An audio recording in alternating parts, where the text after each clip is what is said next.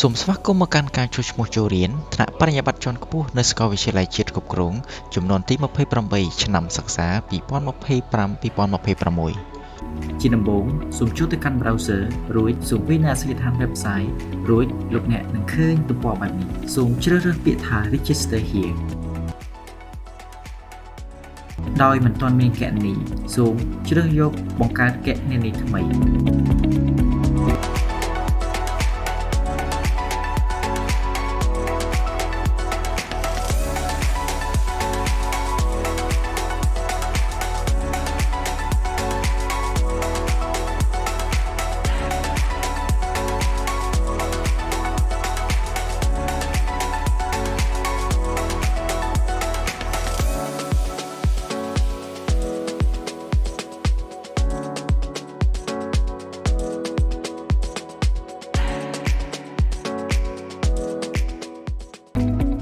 បន្ទាប់មកលោកអ្នកនឹងឃើញផ្ទាំងអំពីគម្រោងនៃការបង់ប្រាក់ដែលមានបង់ជាឈ្មោះនិងបង់ជាឆ្នាំ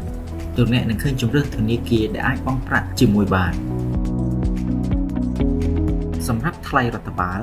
មានបង់តែនៅក្នុងឈ្មោះទី1ឬឆ្នាំទី1តែប៉ុណ្ណោះ